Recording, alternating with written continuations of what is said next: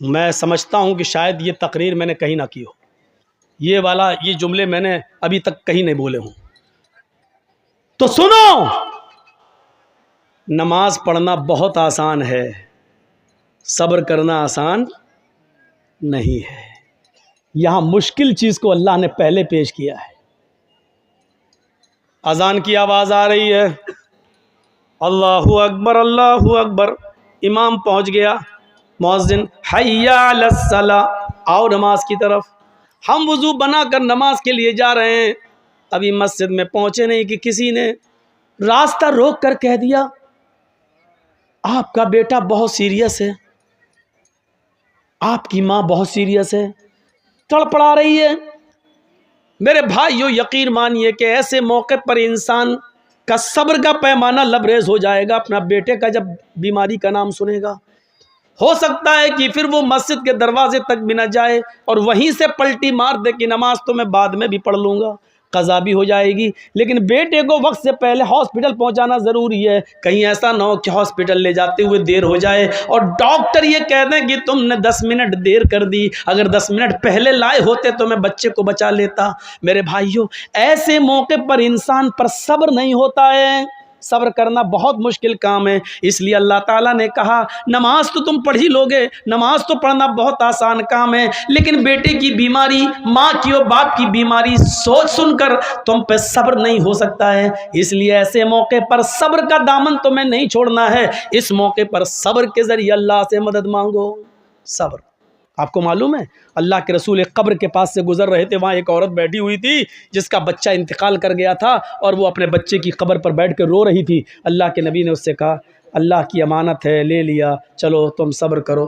وہ پہچان نہیں سکی کہ یہ اللہ کے رسول ہیں، اس نے کیا کہا، ارے چل جا یہاں سے، آ گیا صبر کر صبر کر، صبر صبر کر چلانے والا جس کی اوپر گزرتی ہے وہی جانتا ہے، تجھے کیا معلوم کہ میرا بیٹا مر گیا ہے، میرے اوپر کیا گزر رہی ہے، تو کیا جانے۔ اس نے محمد رسول اللہ سے یہ کہہ دیا، اللہ کے رسول وہاں سے چلے گئے۔ بھائی ایسی موقع پر کیا کہا جائے جب وہ اپنے بچے کی موت پر صبر نہیں ہو رہا ہے، اس سے صبر نہیں کر پا رہی ہے، وہ تنبیہ کرنا تھا کر دیا، آگے بڑھ گئے۔ بعد میں اس عورت سے 1-2 دن کے بعد کسی نے کہا تم نے جس آدمی سے یہ جملہ کہا جانتے وہ کون؟ وہ محمد الرسول اللہ تھے، ہیں وہ اللہ کے نبی تھے جن کو میں نے یہ بولا تھا کہ ہاں۔ 3-4 دن کے بعد وہ اللہ کے رسول کے پاس آئی اور کہتی ہے مجھے معاف کر دیجئے اللہ کے نبی، میں آپ کو پہچان نہیں سکی۔ اب سنیے یہاں اللہ کے نبی کیا کہتے ہیں، اے اللہ کے رسول میں آپ کو پہچان نہیں سکی، مجھے معاف کر دیجئے، آپ نے مجھے اس دن صبر کی تلقین کی تھی، میں صبر کر رہی ہوں۔ اے اللہ کے رسول مجھے صبر آ گیا، میں نے صبر کر لیا، آپ مجھے معاف کر دیجئے، میں نے آپ سے کہا چل چل، تو کیا جانے، جس کی اوپر گزرتی وہ جانتا، مجھے صبر آ گیا۔ تو اللہ کے نبی نے مسکراتے ہوئے کیا کہا، نہیں 4 دن کے بعد صبر آیا ہے نا، نہیں، انما الصبر عند الصدمۃ الاولی، صبر تو اس وقت ہوتا ہے جب مصیبت پہنچے، اسی وقت صبر کیا جائے۔ بعد میں تو سبھی کو صبر آ جاتا ہے، 2 4 5 6 دن کے بعد، 1 ہفتے کے بعد تو سبھی کو صبر آ جاتا ہے۔ آج اگر 4 دن کے بعد تمہیں صبر آیا ہے تو کیا آیا ہے؟ اصل صبر تو اس دن تھا جس دن تمہارا بیٹا مرا تھا اور تم اپنے بیٹے کے قبر کے پاس بیٹھ کر رو رہی تھی اور اس وقت میں کہہ رہا تھا صبر کرو، اس وقت تم صبر کرتی تو تمہیں اجر ملتا، تمہیں انعام ملتا، تمہیں اللہ کے یہاں ثواب دیا جاتا۔ 4 دن کے بعد معافی مانگ رہی ہو اور کہہ رہی ہو کیا مجھے صبر آ گیا۔ آج صبر کا کوئی بدلہ تمہیں نہیں ملے گا۔ صبر تو وہ ہے جو مصیبت کے وقت آدمی کرے، بعد میں تو سبھی کو صبر آ جاتا ہے۔ صبر کو سمجھنے کی کوشش کرو۔ صبر یہی نہیں ہے ایک گاؤں کا مکھیا ہے، پولیس اور SSP اور DM سے اس کے تعلقات ہیں، ہم غریب آدمی ہیں، اس نے پکڑا تھپڑا مارا اور ہم پٹ گئے، کچھ نہیں کہہ رہے ہیں اس کو، کیوں؟ مکھیا ہے، اچھے تعلقات ہیں، صبر کر لیا۔ یہ صبر نہیں ہے، یہ صبر نہیں ہے، یہ ظلم کو سہنا ہے، یہ بزدلی ہے۔ آپ نے صبر نہیں کیا، آپ کے دل میں یہ تھا اگر آج اس کے پاور کے برابر میں ہوتا یا اس کے برابر میرے پاس پیسہ ہوتا یا یہ پوسٹ میری ہوتی، تب دیکھیں یہ کیسے ظلم کرتا، تب میں اس کو بتاتا۔ آپ ظلم صبر نہیں کر رہے ہیں، آپ ظلم سہ رہے ہیں، اور ظلم کو سہنا ایک اور جرم ہے، ایک اور پاپ ہے، ایک اور گناہ ہے، ایک اور یہ بزدلی آپ نے، مسلمان کبھی بزدل نہیں ہوتا ہے، مسلم قوم ظلم سہنے کے لیے پیدا نہیں ہوئی ہے۔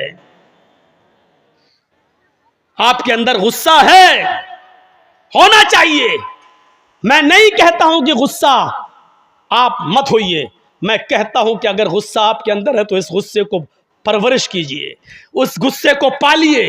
میں تو آپ کو یہ نصیحت کرتا ہوں کہ غصے کو پالیے، لیکن اس غصے کو آپ اپنے اندر پال پوس کر بڑا کریے، اور یہ غصہ وہاں دکھائیے جب آپ کا بیٹا شراب پیتے ہوئے گھر پہ آئے، تب آپ کا غصہ آنا چاہیے۔ آپ کی بیوی بے پردہ جب بازاروں میں گھومتی ہے تب آپ کو غصہ آنا چاہیے۔ اس غصے کو سنبھالیے، اور جہاں غصہ ہونے کی ضرورت ہے وہاں غصہ کیجئے۔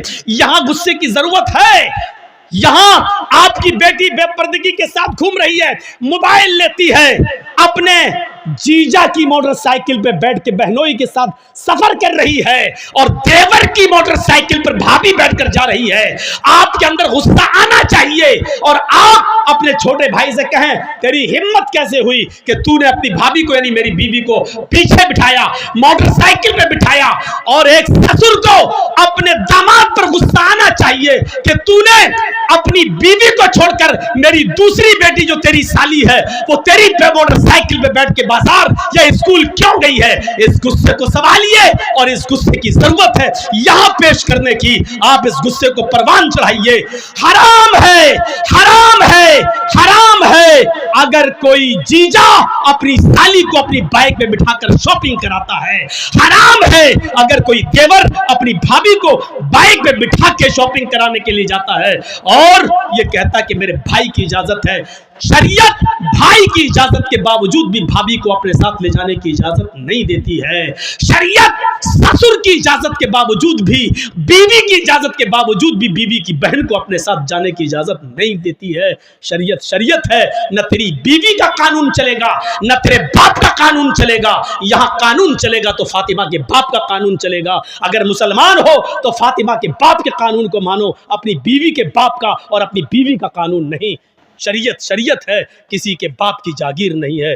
مجھے جو کہنا تھا کہہ دیا، جس کو برا لگتا رہے۔ اگر برا لگتا ہے تمہیں تو اللہ کی قسم میں کامیاب ہو گیا، اگر میری بات تمہیں چبھی ہے تو اللہ کی قسم میں اپنے جلسے میں کامیاب ہو گیا، اور اگر میری بات کا برا نہیں لگا تو ہمیں سوچنا پڑے گا کہ ہمارا جلسہ کامیاب ہوا ہے یا نہیں ہوا ہے، کیونکہ جب برا ہی نہیں لگ رہا ہے تو اس کا مطلب یہ ہے کہ آپ وہی کرو گے جو کرتے آ رہے ہو، اور جب وہی کرنا ہے جو کرتے آ رہے ہو تو پھر یہ جلسہ بیکار ہے، آپ کا یہاں بیٹھنا بیکار ہے۔ رات کے 1 بجے 1:30 بجے 2 بجے تک یہاں بیٹھ کر اپنی آنکھیں پھوڑنا بیکار ہے، کیونکہ آپ کو کوئی ثواب نہیں ملے گا۔ میرے پیارے ساتھیو، دین سننے آئے ہو نا، قرآن حدیث سننے آئے ہو، اس قرآن و حدیث کی ایک بات یہ بھی ہے، اور گرہ باندھو، اِنَّا عذابًا یوم القیامتی، ان اشد عذابًا یوم القیامتی المصورون۔ یہ یاد کریے، اور جتنے لوگوں کے موبائل مولانا جرجیز کی طرف لگے ہوئے ہیں سنیں، ان اشد الناس عذابا یوم القیامت المصورون۔ قیامت کے دن سب سے سخت عذاب، سب سے خطرناک عذاب اس آدمی کو دیا جائے گا جو دنیا میں تصویریں کھینچتا ہوگا، جو دنیا میں سیلفیاں لیتا ہوگا، جو دنیا میں ایک اپنے موبائل سے، اپنے موبائل کے کیمروں سے کسی مولوی کی تصویر لیتا ہوگا یا کسی کی بھی فوٹو کھینچتا ہوگا۔ اِنَّا أَشَدَّ النَّاسِ عَذَابًا، میں حدیث پڑھ رہا ہوں، مسلم شریف کی حدیث پڑھ رہا ہوں، قیامت کے دن سب سے زیادہ سخت، معمولی عذاب نہیں، ہلکا عذاب نہیں، اِنَّا أَشَدَّ النَّاسِ عَذَابًا، عذاب کے اعتبار سے سب سے زیادہ سخت عذاب اس کو دیا جائے گا، المصورون، جو دنیا میں تصویریں کھینچتا ہوگا، تصویریں بناتا ہوگا۔ کھینچو، آؤ، میں نے کسی کو اجازت نہیں دی، اور اس کے باوجود بھی اگر کوئی میری تصویر کو کھینچ کر اپنے ساتھ اگر لیتا ہے تو وہ سن لے اور سمجھ لے، اور اس جلسے کی اس حدیث کو سنانے کے بعد بھی اگر کوئی لے گا تو وہ یاد رکھے کہ اس نے نہ قرآن کو اہمیت دی ہے نہ محمد الرسول اللہ کو اہمیت دی ہے، اس میں اور وسیم رضوی میں کوئی فرق نہیں ہے۔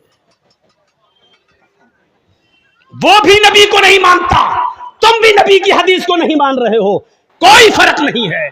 اب لیجئے جلسہ ختم کرنے کے بعد میری سیلفی دیکھیں کتنے لوگ لیتے ہیں۔ میں نے کہہ دیا کہ اس میں اور وسیم رضوی میں کوئی فرق نہیں۔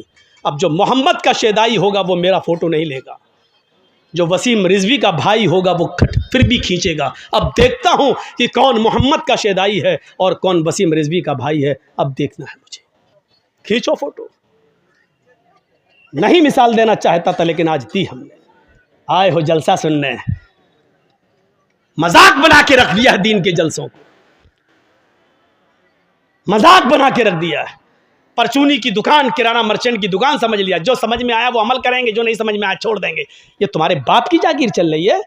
اسلام کے جو ہمیں پسند ہے وہ عمل کریں گے، جو پسند نہیں آیا وہ چھوڑ دیں گے، نہیں چلے گا۔ شریعت تو محمد رسول اللہ کی ناپسند کو بھی ناپسند نہیں مان رہی ہے۔ یاد ہے اللہ کے رسول کا معمول تھا، عصر کی نماز پڑھ کے آپ اپنی ساری بیویوں کے گھر جاتے تھے، تھوڑی تھوڑی دیر کے لیے آپ کی جتنی بیویاں موجود تھیں ان کے گھر جاتے تھے، اور حضرت زینب کے گھر تھوڑا زیادہ بیٹھ جاتے تھے۔ کیوں؟ کہ کسی جگہ کچھ ملتا نہیں تھا، اور زینب کیا کرتی تھیں، جو آپ کی بیوی تھی زینب بنت جہش، وہ کیا کرتی تھیں، ان کے پاس شہد تھا تو شہد کا شربت بنا کر اللہ کے نبی کو پلاتی تھی، تو بھوکے رہتے تھے، نہیں ملتا تھا۔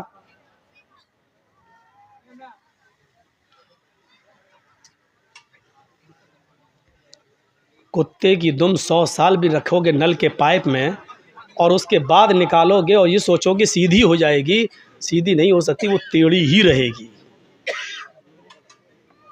بالکل کتے کی دم سیدھی نہیں ہو سکتی ہے۔ ایسے ہی اتنا کہنے کے بعد بھی اس کا ضمیر دیکھو وہیں سے اٹھ رہا ہے، لگ رہا ہے مودی کا باپ ہے، کوئی پرواہ نہیں۔ ارے جب اتنا پیشاب لگتا ہے تو بیٹھتے کیوں ہو؟ اب اللہ جانے پیشاب کرنے گئے ہو یا موبائل پہ بات ہو گئی ہے فلاں جگہ ملیں گے، سب یہاں ہیں۔ بیٹا جس اسکول میں تم پڑھتے ہو اس کا ہیڈ ماسٹر رہ چکا ہوں میں، جا کر دیکھ لو۔ یہاں جرجی صاحب سن رہے، وہاں میلہ لگا ہے، آئی ہیں لپسٹک لگا لگا کے، ایسا لگ رہا ہے جیسے اپنے آدمی کا خون پی کے آئی ہیں، ایسی گہری لپسٹک، اور جلسوں میں بھی کریم اور پاؤڈر ایسا چپڑا ہوا ہے جیسے لگتا ہے کہ بھینس یا گائے کا گوبر لیپ لیا منہ پہ، جا کے دیکھو۔ اور ابھی میرے آنے سے پہلے جب ہم آ رہے تھے تب دیکھیے گا کیا حال تھا، جہاں لڑکی وہی لڑکے، قسم خدا کی کئی جگہ مثال دے چکا، ایسا لگ رہا تھا جیسے ایک کتیا کے پیچھے 10 کتے لگے۔ سننا پڑے گا تمہیں نہیں، تمہارے باپ کو بھی سننا پڑے گا۔ ایسا لگ رہا ہے جیسے ایک کتیا کے پیچھے 10 کتے، موبائل لے کے وہ ادھر بولا وہ ادھر جا رہا ہے، حقیقت میں لگ رہا ہے جیسے ایک کتیا کے پیچھے 10 کتے۔ تو اپنی والی ہمیں دکھا دے، میں اپنی والی تجھے دکھاؤں، یہ میری والی ہو تیری والی ہے، ایسا لگ رہا ہے۔ دیکھیے یہ حالت بنا رکھا، جلسوں میں بھی ہو رہا ہے، جلسوں میں بھی۔ کیا بول رہا تھا میں، بتائیے تو، کہاں تھا؟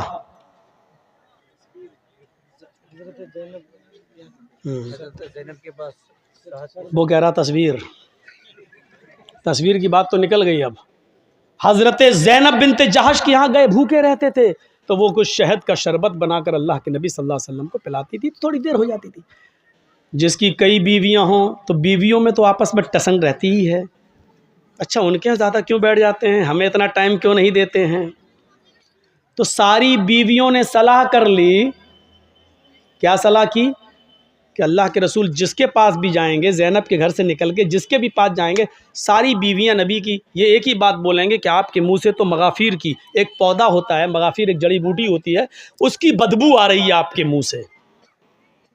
تو اب اللہ کے نبی زینب کے گھر سے نکلے، دوسری بیوی کے یہاں گئے، انہوں نے کہا اللہ کے نبی آپ کے منہ سے تو بدبو آ رہی ہے، بدبو کہاں سے آئے گی؟ پھر آپ دوسری بیوی کے پاس گئے، انہوں نے بھی کہا بدبو آ رہی ہے۔ جب ساری بیویاں ایک ہی بات کہیں گی تو دماغ تو قبول کر ہی لے گا نا کہ اس کا سبھی ایک ہی بات کہہ رہی ہیں تو اس کا مطلب بدبو، اور نبی اکرم کو بدبو سے سخت نفرت تھی۔ خوشبو بھی آپ اتنی لگاتے تھے کہ پسینہ بھی ٹپکتا تھا تو خوشبودار بن جاتا تھا۔ جس نبی کی حالت یہ ہو وہ بدبو کو کیسے پسند کرے؟ تو کہا کیا کھا کے آئے ہیں آپ زینب کے گھر سے؟ کہا شہد کا شربت پی کے آیا ہوں، اسی لیے بدبو آ رہی۔ تو اللہ کے نبی نے کہہ دیا آج کے بعد شہد کو میں ہاتھ نہیں لگاؤں گا، شہد مجھ پر حرام، نہیں پیوں گا آج کے بعد۔ نہیں کھاؤں گا. تو شہد کو اللہ نے حلال کیا اور نبی نے کیا کہہ دیا؟ آج کے بعد میں شہد کو ہاتھ نہیں لگاؤں گا. غور کرو، تم اپنی مرضی سے جو چاہو پسند کر لو اور جو چاہو چھوڑ دو، وہ اسلام نہیں ہے. اللہ کے نبی نے شہد کو ناپسند کر دیا اور کیا کہا؟ آج کے بعد میں شہد کو نہیں پیوں گا، جاؤ شہد مجھ پہ حرام. فوراً آسمان سے جبرائیل وحی لے کر آ گئے اور کیا کہا؟ یا ایھا النبی لما تحرم ما احل اللہ لک. اے محمد صلی اللہ علیہ وسلم، اللہ نے جس چیز کو آپ کے لیے حلال کیا ہے، آپ کون ہوتے ہیں اس کو حرام کرنے والے؟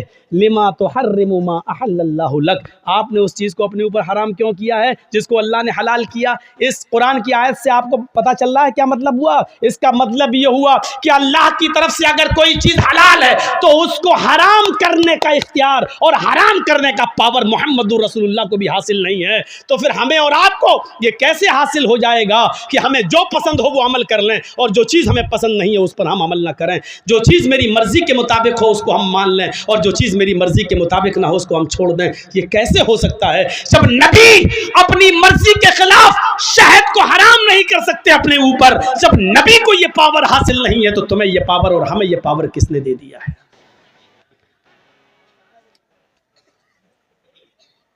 اگر ان تصویروں کی کوئی حیثیت ہوتی تو اللہ کی قسم اللہ تعالی اپنے نبی جناب محمد رسول اللہ کی تصویر کی حفاظت ضرور کرتا. لیکن دیکھ لو دنیا میں عیسائی بھی موجود ہیں، عیسائیوں کے پاس عیسیٰ کی تصویر موجود ہے، یہودیوں کے پاس موسیٰ کی تصویر موجود ہے، داؤدیوں کے پاس داؤد علیہ السلام کی تصویر موجود ہے، ابراہیم کو ماننے والوں کے پاس ابراہیم کی تصویر موجود ہے. سب نے ہندو بھائیوں کے پاس کرشن جی کی، رام چندر جی کی، شنکر جی کی، گنیش جی کی، ان کی تصویریں موجود ہیں. اگر دنیا میں کسی نبی کی تصویر موجود نہیں ہے تو وہ ہستی ہے جناب محمد رسول اللہ صلی اللہ علیہ وسلم کی. کیونکہ اگر آج نبی کی تصویر ہوتی تو کوئی آدمی نماز پڑھنے مسجد میں جاتا ہی نہیں، کوئی آدمی اللہ کے نبی کے روضہ اقدس پہ جاتا ہی نہیں، وہاں درود پڑھتا ہی نہیں. وہ اللہ کے نبی کی تصویر کو اپنے گھر لگا لیتا، وہ نبی کی تصویر پہ ہار یا مالا ڈال دیتا، یا تصویر کو اپنے گھر میں لگا کر 7 چکر اسی کے لگا کے کہہ دیتا کہ حج ہو گیا. میرے پیارے ساتھیوں، وہ نبی اکرم کی تصویر کو چھوٹے چھوٹے ٹکڑوں میں لے کر اس کا تعویذ بناتا، اس کو پہنتا اور پھر نبی کا فوٹو اخباروں میں چھپتا، نبی کا فوٹو پیپروں میں آتا اور کبھی اس کی کٹنگ ہوتی اور وہ پیروں کے نیچے روندا جاتا. اللہ تعالیٰ کو اپنے نبی کی یہ رسوائی اور بے عزتی گوارا نہ تھی. میرے بھائیوں، اس لیے اللہ نے جناب محمد رسول اللہ کی کوئی تصویر دنیا میں باقی نہیں چھوڑی ہے، نبی کا کوئی فوٹو باقی نہیں چھوڑا، بلکہ نبی کی زبان سے یہ کہلوا دیا، اِنَّا شَدَّ النَّاسِ عَذَابًا یوم القیامہ المصورون. دنیا میں قیامت کے دن جہنم کے اندر سب سے سخت عذاب اس کو دیا جائے گا جس نے دنیا میں تصویریں بنائی ہوں گی، تصویریں کھینچی ہوں گی. اس سے کہا جائے گا ان تصویروں میں تو جان ڈال، ان تصویروں میں تو روح ڈال، اور ظاہر ہے کہ ان تصویروں میں وہ روح ڈال نہیں سکتا. پھر اللہ کی ایک پیدا کردہ مخلوق کی تو نے تصویر کیوں بنائی؟ جب اس میں جان ڈالنے کی طاقت نہیں تھی تو تو نے کیوں؟ اے شادیوں میں دولہا اور دلہن کے فوٹو کھینچنے والوں، اے اپنے بستروں پر، اپنے بیڈ پر شادی کا میاں اور بیوی کا فوٹو لگا کر بیڈ پر چپکانے والوں، میاں اور بیوی کی تصویر اپنے کمرے میں لٹکانے والوں، تیار ہو جاؤ. اِنَّا أَشَدَّ النَّاسِ عَذَابًا یوم القیامہ. قیامت کے دن سب سے زیادہ سخت عذاب انہی کو ہوگا جو دنیا میں تصویریں کھینچتے ہیں، دنیا میں تصویریں بناتے ہیں. اور سب سے زیادہ سخت عذاب اُکِّلْتُ بِسَلْعُوتَ بِجَہَنَّمَ يَوْمَئِذٍ لَهَا. قیامت کے دن جہنم کھینچ کر لائی جائے گی. جہنم کے اندر 70,000 لگامیں پڑی ہوں گی اور جہنم کو کھینچ کر لایا جائے گا. جب جہنم کو کھینچ کر لایا جائے گا جہنم چیخ رہی ہوگی. اور سنو، ہاں سنو، قرآن سننے کے لیے بلایا، حدیث سننے کے لیے جرجیس کو دعوت دی تو سنو، ہاں سنو. جہنم جب کھینچ کر لائی جائے گی اللہ کہے گا اے جہنم کیا چاہتی ہے؟ جہنم چیخے گی اور کہے گی اکلت بسلاس، اے اللہ میرے اندر 3 قسم کے لوگوں کو پہلے ڈال، 3 گناہگاروں کو میرے اندر پہلے ڈال۔ اللہ کہے گا اے جہنم بتا تیرے اندر 3 کون سے گناہگاروں کو ڈالو؟ سب سے پہلے وہ نام لے گی اے اللہ حقوق الوالدین، ماں باپ کے ستانے والوں کو، ماں باپ کو رلانے والوں کو جہنم میں میرے اندر سب سے پہلے پھینک۔ دنیا میں جو اپنے ماں باپ کو ستایا کرتے تھے، ماں باپ کے ساتھ ظلم کرتے تھے، ماں باپ کو نظر انداز کرتے تھے، ماں باپ کو خون کے آنسو رلاتے تھے، پال پوس کر ماں باپ نے بڑا کیا، ان کو اذیت اور تکلیف دیتے تھے، ان کو تو جہنم کے اندر میرے پیٹ میں پہلے ڈال۔ اللہ جہنم کی خواہش پوری کرے گا اور ماں باپ کے نافرمانوں کو جہنم کے اندر ڈال دیا جائے گا۔ پھر جہنم کہے گی شیخ زان، اے اللہ میرے اندر بوڑھا آدمی جو دنیا میں زنا کرتا تھا، بوڑھے لوگ جو دنیا میں زنا کرتے تھے، بڑھاپے کے باوجود وہ لڑکیوں کی جسموں سے کھیلا کرتے تھے، ان کی عزتوں کو تار تار کرتے تھے، ان کو بہلا پھسا کر اور ان کو غلط کام کے لیے آمادہ کرتے تھے، اے اللہ ان بوڑھے ان بزرگ زناکار لوگوں کو تو میرے اندر ڈال۔ نوجوان سے تو ایک بار غلطی ہوتی ہے، وہ جوانی کا نشہ ہے، حالانکہ وہ بھی جہنم میں سزا بھگتیں گے، وہ اپنے حساب کتاب کے بعد جہنم میں جائیں گے، لیکن جہنم جن کو مانگ رہی ہے وہ کہہ رہی ہے کہ میرے اندر بوڑھے زناکاروں کو، بوڑھے زانیوں کو تو میرے اندر ڈال، جنہوں نے بڑھاپے کے بعد بھی، جبکہ اس عمر میں شہوت کم ہو جاتی ہے، اس عمر میں شہوت کی کمی ہو جاتی ہے، اس کے باوجود انہوں نے لڑکیوں کی عزت سے کھلواڑ کیا، اے اللہ اس بوڑھے زانی کو تو جہنم کے اندر ڈال۔ اللہ بوڑھا زنا کرنے والے بوڑھوں کو بھی جہنم کے اندر ڈال دے گا، کہے اللہ ایک مخلوق اور رہ گئی ہے تو اس کو بھی میرے اندر ڈال۔ اللہ کہے گا بتا کون سی مخلوق ہے؟